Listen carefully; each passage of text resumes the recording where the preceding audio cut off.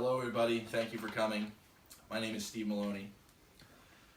First thing I'd like you to do is imagine a place that has great beaches, a pretty diverse restaurant scene, and has both of these things without the long lines or the big crowds of your typical vacation destination.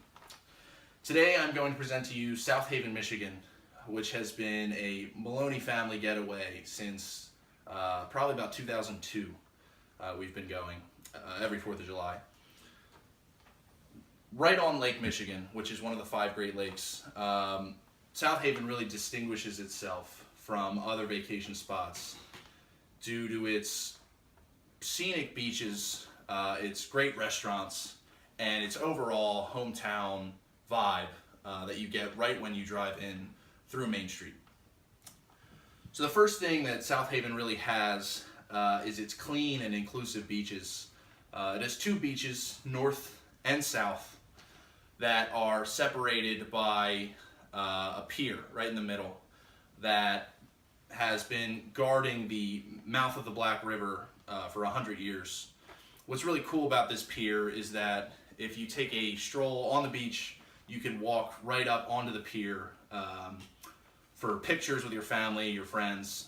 And if you take the pier half a mile down, you get to the famous South Haven Lighthouse.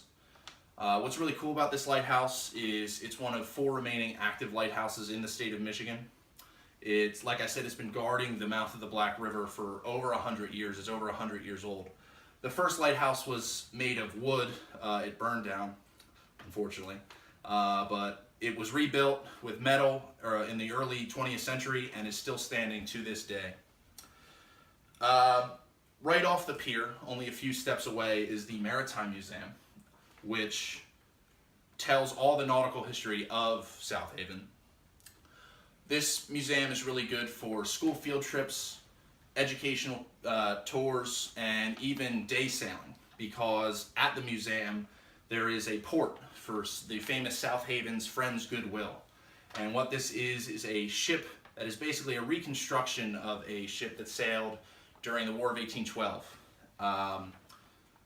And during one of my first trips to South Haven, I actually went on one of their voyages that they have. They have them at noon, 4, and 8. And I went on the 4 o'clock one. And we went out on Lake Michigan. And really what you learn on this voyage is different things that crew members during the 19th century would have done, whether that's raising the mast, doing different riggings, and at the end they allow you to fire off a cannonball, which is pretty fun. And it really is just an educational trip, but it's also something that's pretty inclusive with your family and your friends. So secondly, in addition to the daytime leisures that you can do during the day, after you come off the beach, if you want to get something to eat, there's plenty of different options. If you're hankering for Mexican food, you can stop by Su Casa, which is some of the best guacamole I've ever had. You can grab a burger at the Phoenix Street Cafe, or you could just maybe grab some ice cream at Captain Nemo's, which has about 32 to 34 different flavors, I believe. But anything you're looking for, South Haven has it for you. And finally, what makes these attractions so special is not only how diverse they are, but when you do them, you really do feel like you're at home. Whether it's the local Blueberry Festival, whether it's the Artisan Craft Fair that we go to every 4th of July, or whether it's the Independence Day Parade that goes right up through Main Street. This small town vibe is really unparalleled in the Michigan area. I know on 4th of July they have fireworks that go off that same pier I talked about earlier. And people come in from all over. And even though the crowds might increase, the welcoming environment does not. So in conclusion, South Haven is a place that I've called home every 4th of July for the past decade and a half due to these scenic attractions, great restaurants, and overall small town homey vibe. And it really is the definition of a great family getaway.